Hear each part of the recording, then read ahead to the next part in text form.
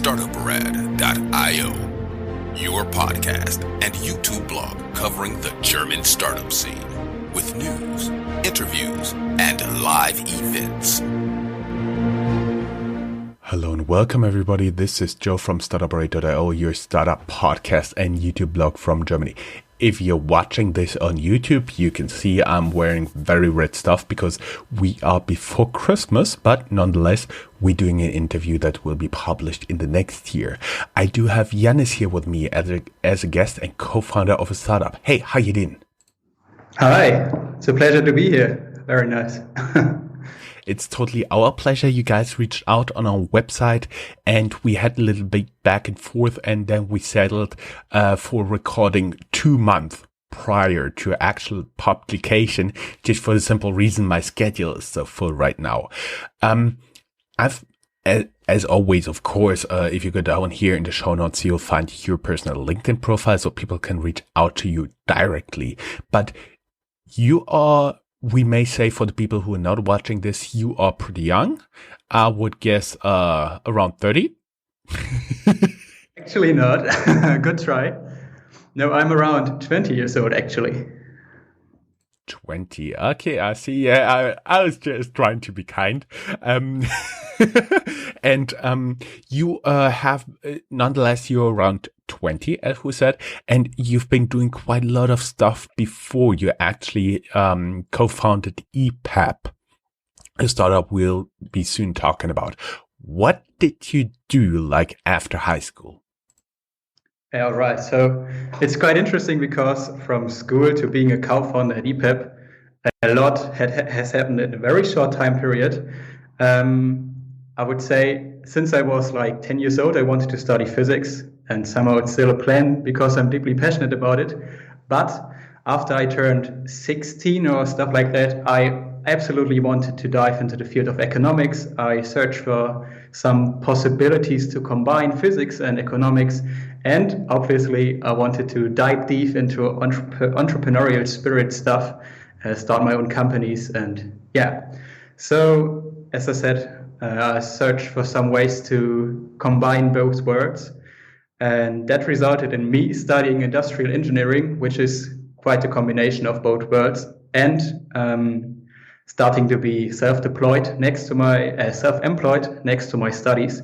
So I worked as a developer, I teach myself a bit of front-end development, and I also started to dive into e-commerce and labeling brands, stuff like that.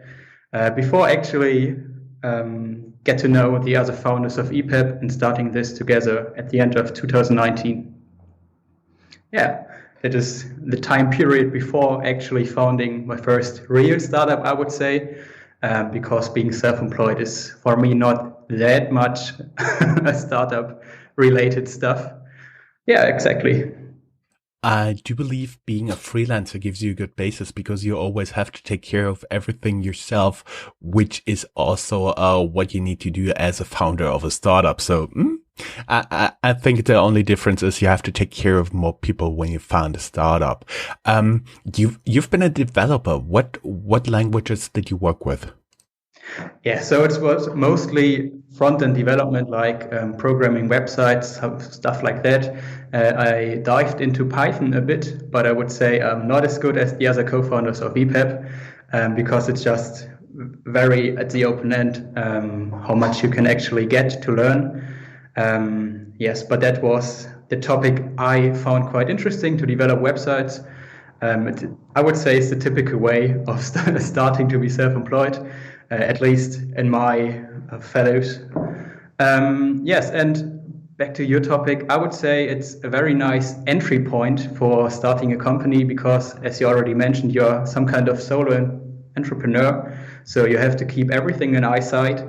And yeah, after founding your own very startup and building a team, it's more like you have to delegate a lot more tasks before you're some kind of chief of everything, I would say.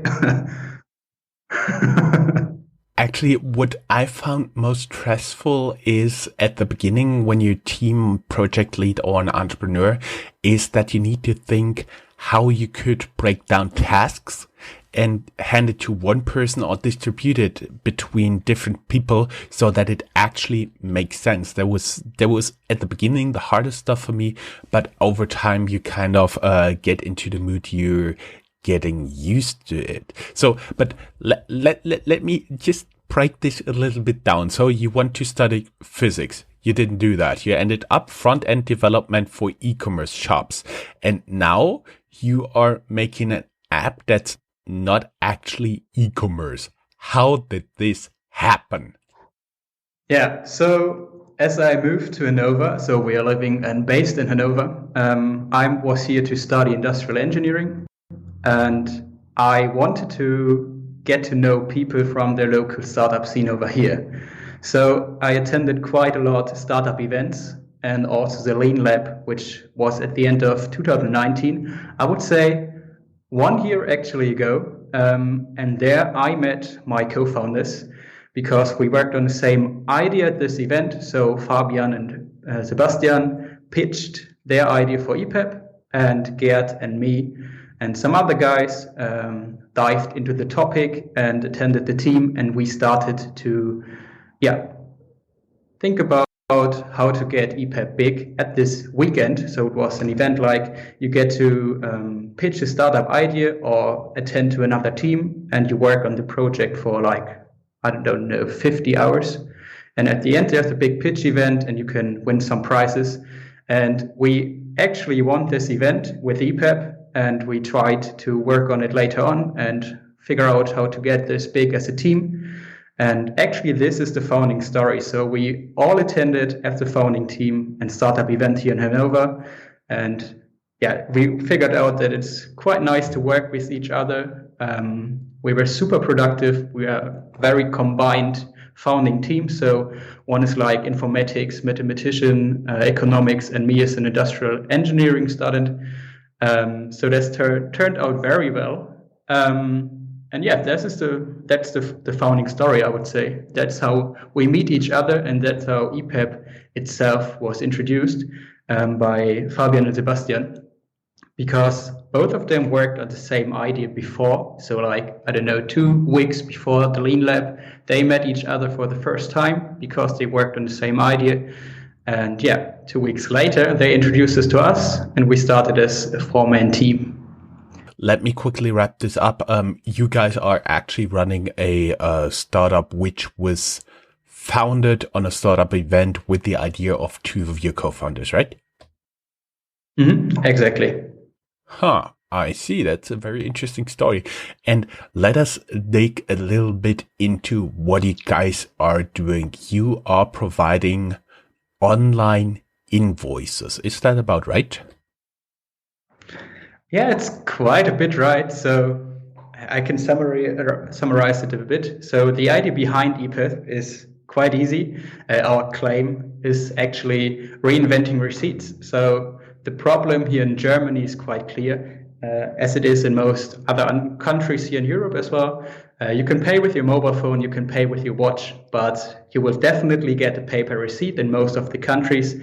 And since the beginning of 2020, the retailer is actually,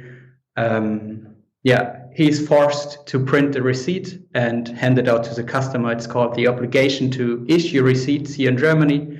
Obviously, that results in a lot of waste. And I would say in a world full of digitalization and sustainability, this is not the appropriate way to deal with it. Nevertheless, from the Ministry of Finance, it's quite clear that this approach is useful because it avoids, I would say it's like blocking tax stealing or stuff like that. So every receipt is handed to the customer itself. In Germany, it's like a habit. You go, you just buy something at the bakery for a few euros, and you still get the receipt, and you take it and you put it in your wallet, and then a few days later you just throw it away. So basically, that's the obligation. And there's always this kind of print out what you get from the cashier machine on this paper, which kind of disappears the writing over a year. So that is the legal obligation. And there's another quirk in Germany because you have the right to kind of give back items when they're not up to quality or something like that. And in German retail, you also always are forced to keep the receipt. And if you don't have the receipt from there, they usually will balk and stall and don't exchange the item for either cash or for a new one. That is something you're also dealing with. What does your app now offer? How can you treat it? How does this work with if you want to give back items? Mm-hmm. So our app works it's mostly an app and backend technology which retailers can use to provide digital receipts. It ends at the customer's app or mobile phone, and our app Epap, actually it's called like that, is something like a companion for everyday works or everyday, I don't know, I went to the store and buy some stuff, and I have Epap with me to get all my receipts in one place and to get in eyesight all my finance evaluations, like how much money I spent on food, how much money I spent on, I don't know, maybe toilet stuff or maybe some electronic stuff as well. And it's also useful, and this is the case you mentioned before, to claim my warranties or my returns. So in Germany, you have to keep the receipt itself, which is used to make sure you actually bought the product you have you want to return or you want to claim the warranty about. And you have to provide the receipt at the cash register again, but you can also use, for example, a copy of it. So it's not it's legally allowed to bring a copy of your receipt or the receipt itself.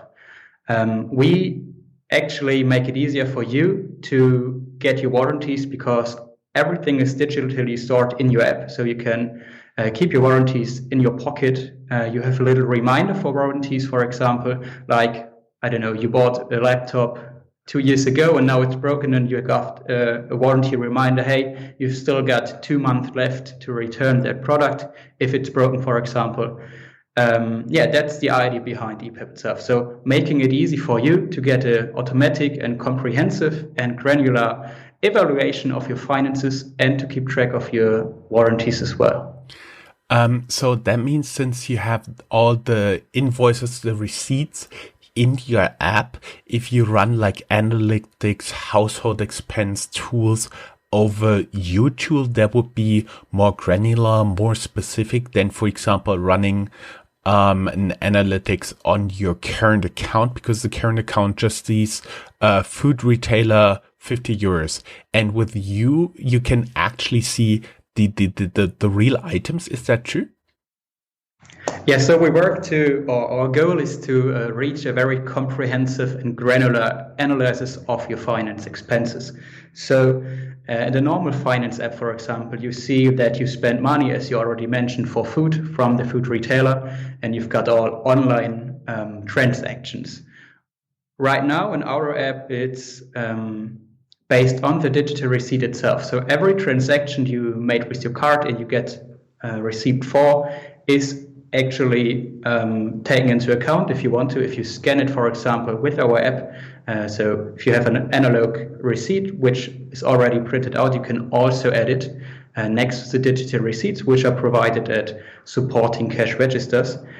And that results in a very granular experiences for users, because instead of just saying, all right, this is a food retailer, you probably spent like $20 for food, we can say, all right, this is a food retailer, but nevertheless, you spent like $10 for food, $5 for, I don't know, shampoo, and $5 for beer.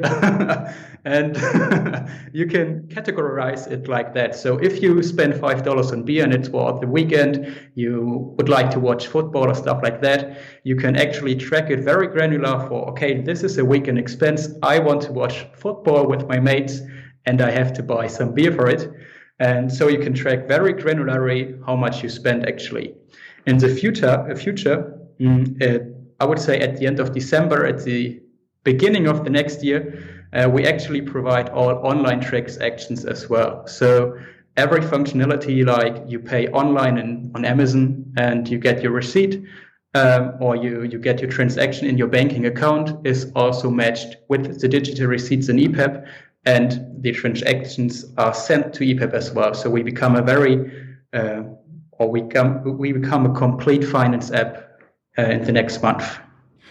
What I would be curious, because we're shortly before Christmas and I usually have like shoebox where I put in all the receipts where I bought presents. So if I have to return them, if there's a warranty issue or something, could you like also organize your receipts in your app? Would that be possible?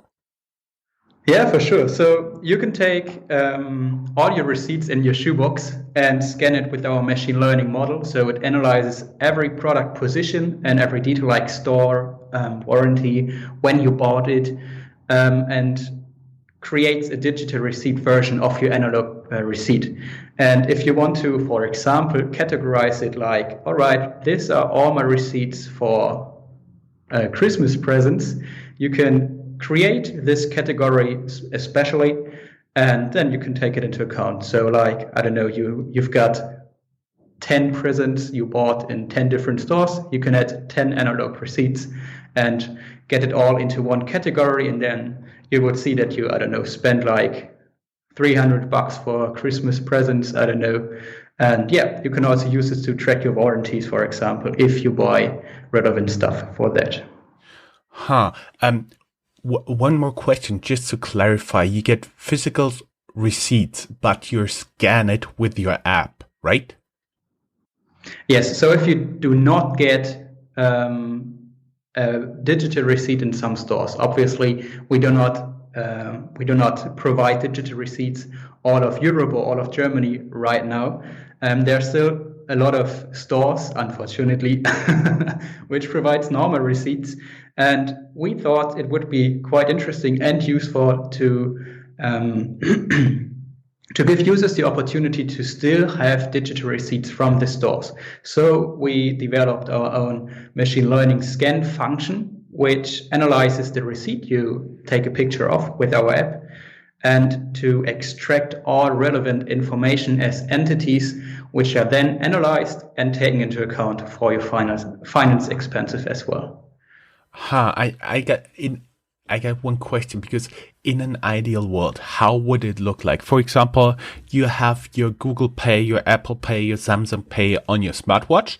You hold it against the cashier machine, and then basically it makes a transaction and then instantly realizes it has Epap on it as well, and then straightly shoots the receipt in there. Would that be the final outcome, the final goal? In an ideal world, it would be some kind of that way. So you pay with your, I don't know, credit card, and over the back end, you will get your digital receipt right matched with your transactions on a granular basis.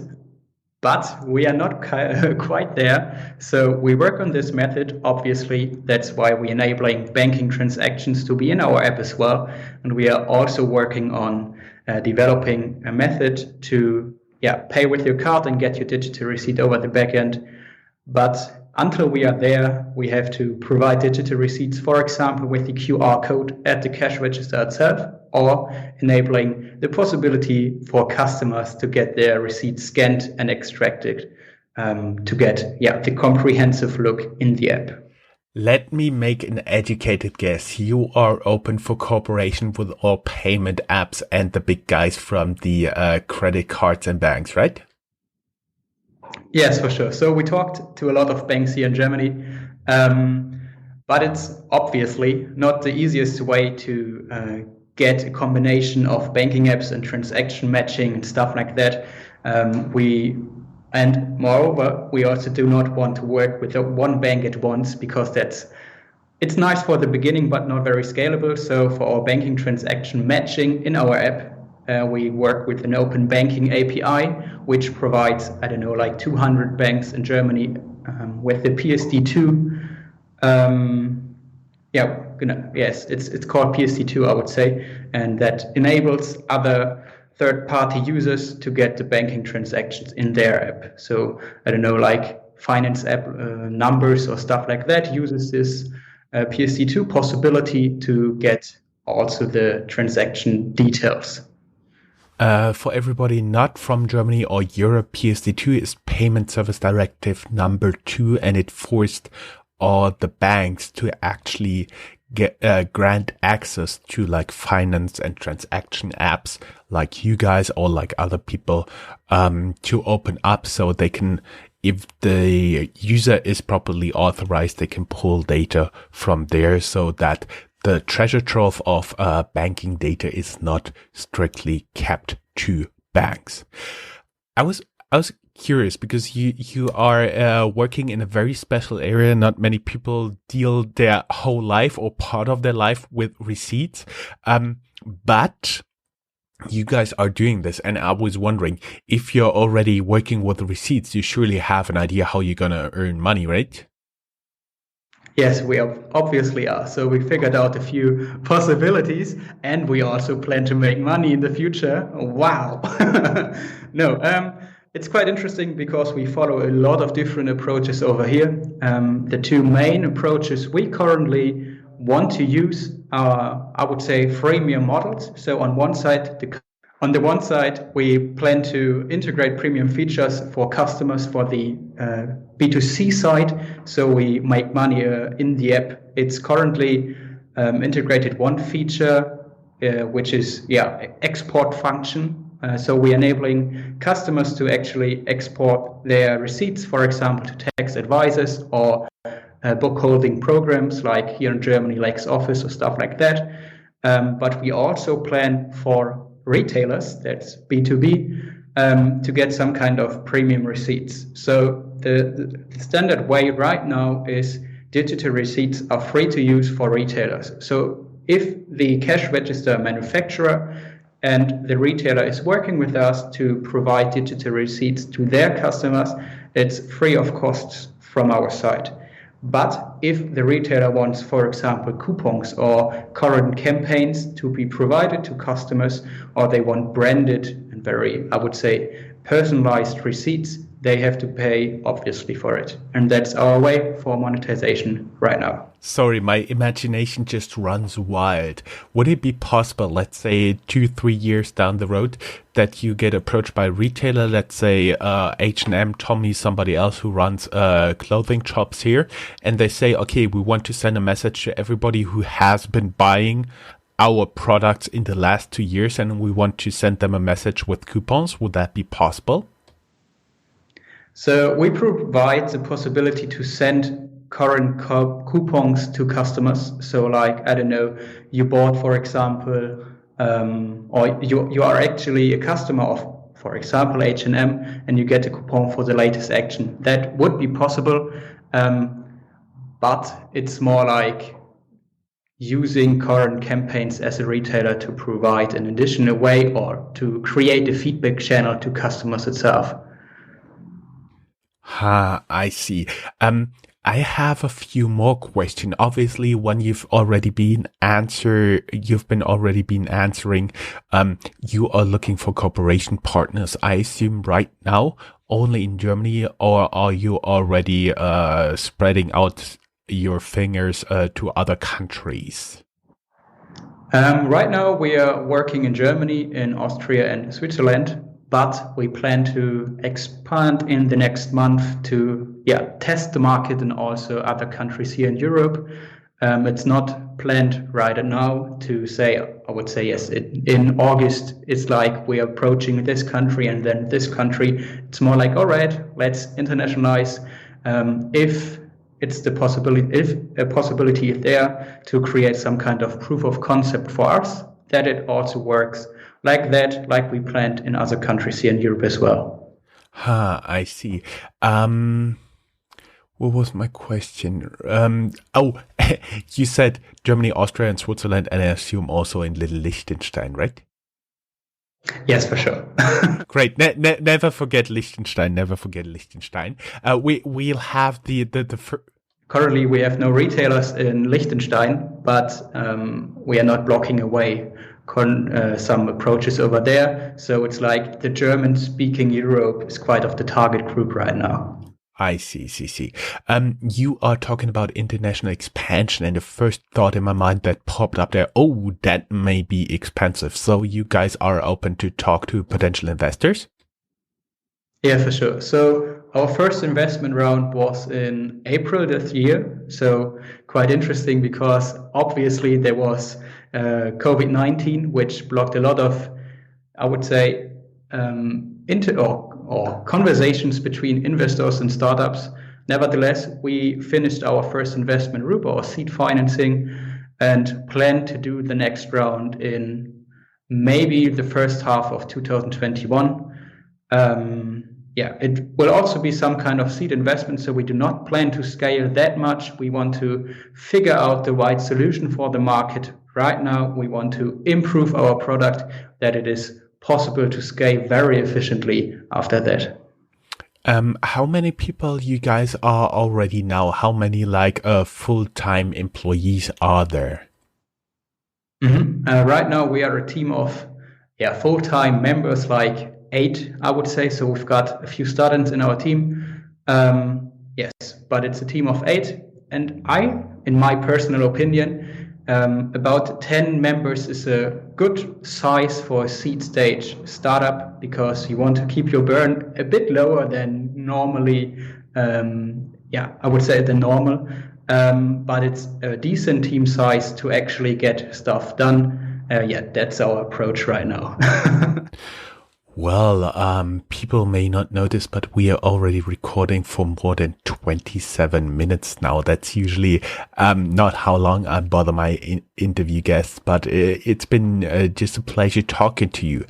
I would say wishing you best of luck. I hope you guys will reach out to us when you have news to report about a successful fundraising, and all the best, and enjoy your receipts, I think. Thanks a lot. All right, so it's a pleasure again to be here, and we will see each other soon, I would say. Bye. That's all, folks. Find more news, streams, events, and interviews at www.Startuprad.io.